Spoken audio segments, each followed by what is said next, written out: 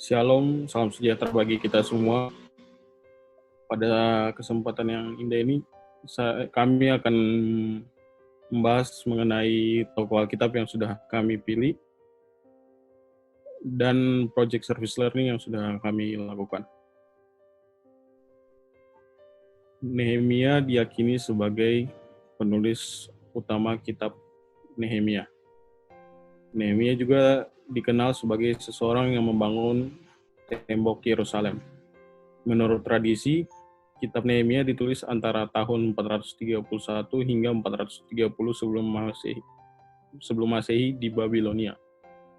Arti nama Nehemia adalah Tuhan itu besar.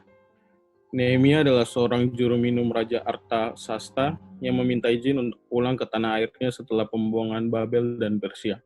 Nehemia merupakan seorang yang taat berdoa, beramal, dan setia pada tugasnya, serta bijaksana dan sangat menolong. Kitab ini mencatat peristiwa-peristiwa terakhir dalam sejarah perjanjian lama orang Yahudi sebelum tiba masa intertestamental. Kitab ini memberikan latar belakang sejarah bagi Maleaki, kitab perjanjian lama terakhir, karena Nehemia dan Maleaki hidup di zaman yang sama. Tujuan dari Nehemia sendiri adalah untuk membangun kembali tembok yang mengelilingi kota Yerusalem. Yang kedua, untuk membangun kembali tata agama dan politik. Dan yang ketiga adalah mengadakan upacara perjanjian pembaruan antara umat Israel dan Tuhan. Bila kita membilah kitab Nehemia, pada pasal yang pertama, Nehemia berdoa, berpuasa, dan berkabung kepada Tuhan untuk memohon ampun atas keadaan kota Yerusalem. Dalam pasal yang kedua, menceritakan Raja Artasasta mengutus Nehemia untuk kembali membangun tembok dan pintu kota Yerusalem. Dalam pasal yang ketiga, pembangunan tembok dilakukan dalam waktu 52 hari. Banyak orang yang rela kembali ke Yerusalem dan ikut membantu dalam proses pembangunan. Dalam pasal yang keempat, banyaknya musuh-musuh yang tidak senang dengan pembangunan tembok Yerusalem, sehingga mereka melakukan penyerangan. Namun Nehemia sudah melakukan persiapan untuk mencegah hal tersebut. Dalam pasal yang kelima, Nehemia menolong orang-orang yang berkesusahan tanpa menuntut balasan. Dalam pasal yang keenam, menceritakan para musuh bertindak lagi untuk menggagalkan pembangunan tembok. Salah satunya adalah Sanbalat yang mengirim surat kepada Nehemia untuk mengintimidasinya. Namun ini tidak memberikan pengaruh hingga tembok Yerusalem pun akhirnya selesai dibangun. Pasal yang ketujuh, tembok Yerusalem selesai dibangun, dan terdapat 42.000 orang Yahudi yang pulang ke Yerusalem.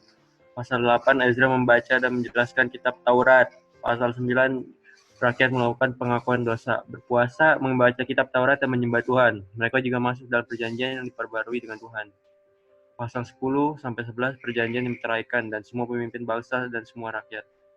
Pasal 12, tembok ditabiskan dan dirayakan dengan sukacita. Pasal 13, rumah Tuhan dan pelayanannya ditayarkan kembali, dan semua pelayannya harus dikuduskan kembali, dan pelayan orang Lewi harus sesuai dengan Taurat Tuhan.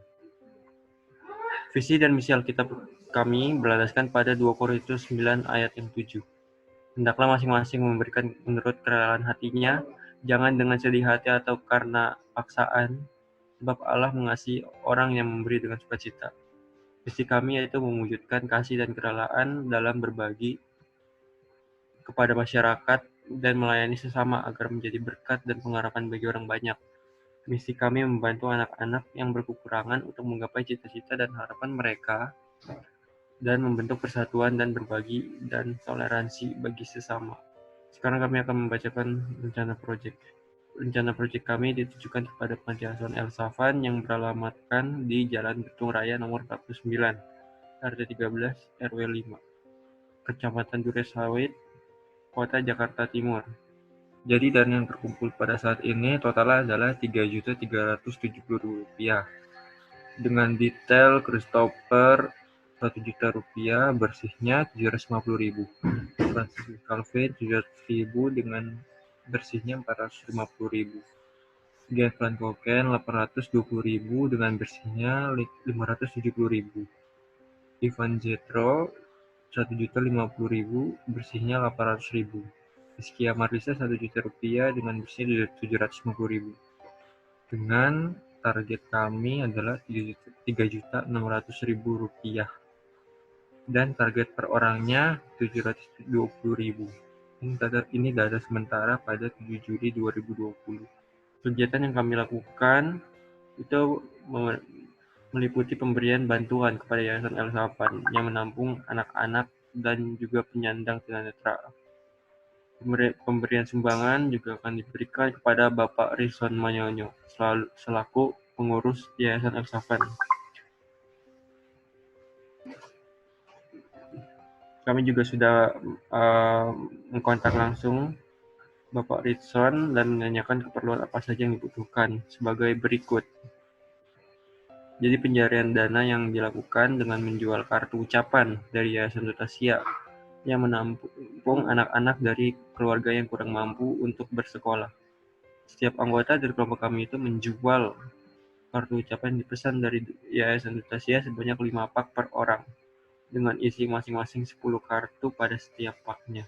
Pembagian tugas kelompok kami, pertama ada Ivan sebagai ketua kelompok, yaitu mengkoordinir setiap anggota dan berperan dalam mengambil keputusan. Lalu ada saya sebagai wakil ketua, saya juga turut melakukan pengawasan terhadap perkembangan proyek ini dan membantu ketua dalam menentukan keputusan.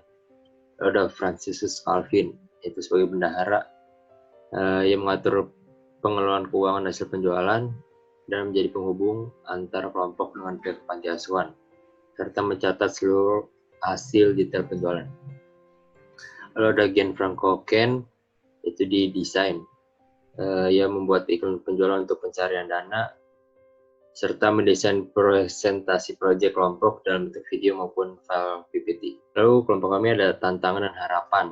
Tantangan kami itu pertama ada COVID-19, sehingga penjualan kami terhambat karena pandemi ini. Terus yang kedua, tema kartu yang dijual hanya berbentuk ucapan selamat ulang tahun, sehingga tidak terlalu diminati oleh para pembeli. Lalu yang ketiga ada penjualan dilakukan secara jarak jauh, sehingga pembeli tidak dapat melihat sampel kartu yang kita jual.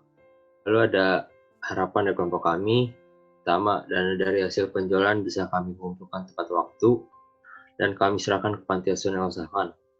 Kedua, dana yang diberikan ke Panti Asuhan El Safan kiranya dapat bermanfaat dan berguna untuk membantu anak-anak di panti asuhan tersebut dan untuk menyediakan fasilitas-fasilitas di panti tersebut. Lalu yang terakhir, dengan diberikannya proyek ini membuat kita semakin mengerti untuk saling mengasihi sama kita yang berkekurangan dan mengajar kita untuk memiliki hati yang rela untuk membantu sesama. Berikutnya teladan dari tokoh Nehemia. Nehemia merupakan seorang yang takut akan Tuhan.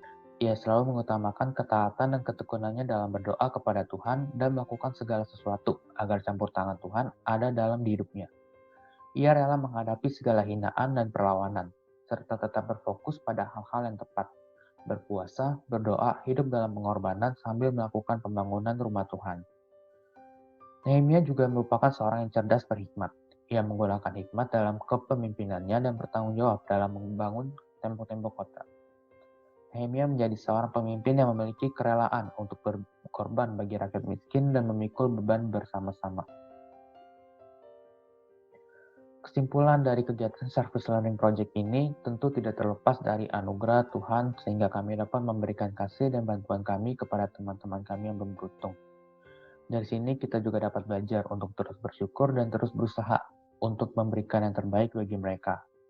Dari tokoh kelompok Nehemia yang kita pilih juga, memberikan suatu teladan yang baik, yaitu bagaimana menjadi seorang pemimpin yang takut akan Tuhan dan mau mempunyai kerelaan hati untuk membantu sesama yang masih berkekurangan.